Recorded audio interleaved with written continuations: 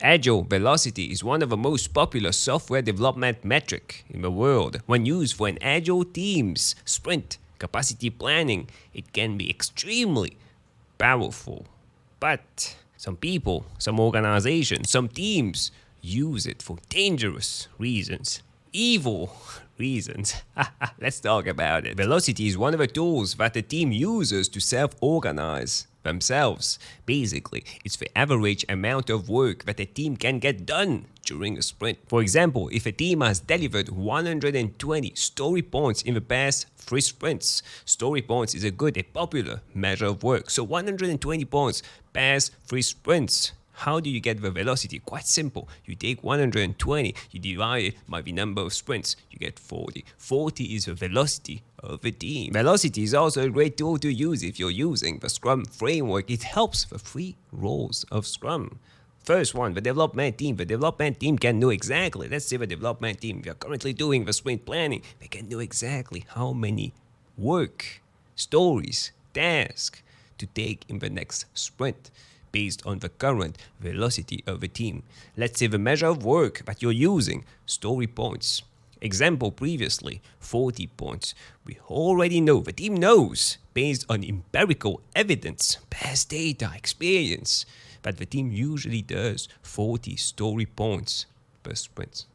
40 story points. So in the next sprint, it makes sense for the team to take 40 story points in terms of stories, in terms of tasks, in terms of amount of work. The product owner can also use the team's velocity to make projections in terms of release planning. Let's say that the total amount of work in the backlog currently has been estimated to 1,000 story points. 1,000 story points. And the team does, the velocity of the team, 100 points. On average, the team does each sprint can get done 100 points. So if you take 1,000, the total amount, you divide it by 100, you get 10. So 10 basically means that in 10 sprints, if everything goes well, based on empirical evidence, in 10 sprints, you will be able to complete the entire backlog. And you can use that, the product owner can use that to make projections, release planning, target dates, deadlines. The Scrum Master can also use the team's velocity to support the team, help the team,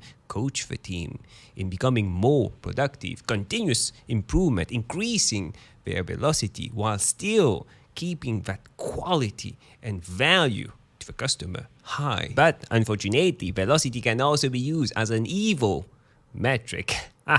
Mostly in 4 ways. First, to compare teams, using velocity of different teams to compare them. Who's the better team? Picture this. In an organization, multiple Scrum teams are working on different projects, different products together at the same time.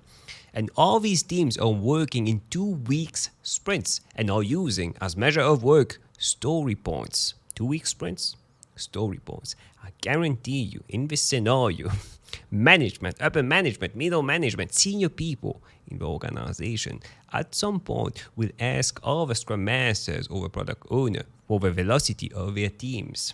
And they will compare that, maybe even in the Scrum of Scrums, with everyone together. They will compare the velocity and they will start asking questions. Why is Team A performing better than Team B? Why is Team A's velocity 60 points when Team B's velocity is only 20? Why is Team B so lazy? The problem with story points is that it's subjective. Each individual teams have their own way of estimating work, and that's totally fine. But when you start comparing teams on subjective data, you end up with people knowing that. They will know that you're comparing the team. And when people know that, you don't even need to have bad people in teams. It's simply human nature. When people know that you're using something to measure performance, they will start increasing the estimations, beefing up the estimations just to feel and be better than the other team. And you end up with a culture of the trust is completely gone. It's a bad working environment to be in. Reminds me of Goodhart's law. When a measure becomes a target, it ceases to be a good measure. That's human nature. So if you can't use velocity, what metrics should you use instead? Well, it really depends on the outcome of a business. If speed to value is really valuable for the business, for management, you can use the cycle time metric. If productivity is your main goal, use the iteration churn metric. If quality is your main goal, measure the amount of defects, rework in sprints, the amount of production bugs. The second evil way to use velocity is using velocity to make teams commit on deadlines, on targets. We've all been in this situation. Management tells us, you told us that you would release on this date. Why are you not releasing on this date? And this date was provided 6 months earlier. Obviously, it will be wrong. It's a guess, a prediction. When you do release planning, when you do projections, management seem to not understand that these are guesses. Guesses based on information that you have, data that you have, empirical evidence, experience of the past data. You make a guess. You use the velocity to make a guess. And this guess can be wrong because of uncertainties, dependencies. So many issues can happen over a long period of time, or even during a sprint. Sometimes in the sprint planning, people make a guess, they make a commitment that they will take a certain amount of points, a certain amount of story points, a certain amount of stories, and at the end of a sprint, they are not able to meet that commitment. You can't do that for 2 weeks. Now just imagine doing that for 3 months. That's what software development is all about. Uncertainties, dependencies, and this talk that the team needs to have with stakeholders, management, to explain to them that it's a guess, a prediction. It's supposed to be wrong. But with time, the team will be able to give more accurate predictions based on empirical evidence. The more data we have, this talk needs to be done by the product owner with the support of a Scrum Master. Another evil way to use velocity that I just thought about is tracking individual performance metrics, like the number of story points being completed by each individual developer in a team and telling them that they'll get bonuses based on this data.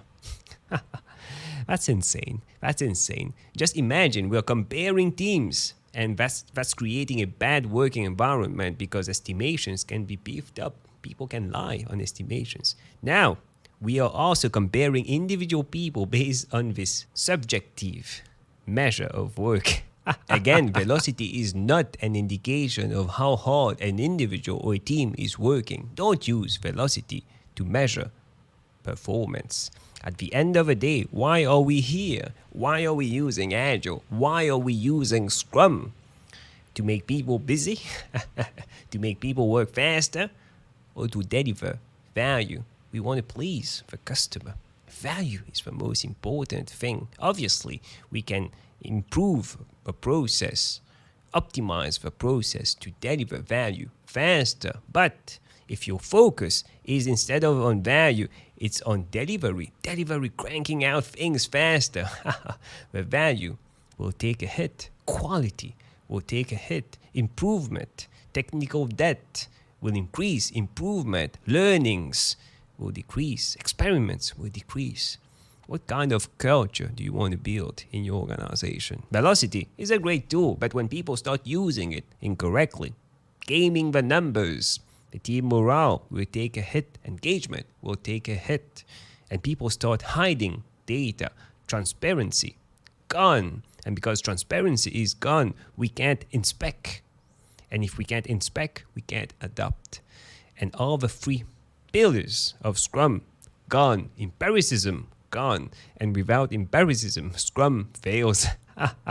So yeah, use velocity correctly. Which brings me to my next point. If you want more tips, insights on Agile, Scrum, personal growth, click on the video that stands out the most on the screen right now. And I'll see you in a few seconds.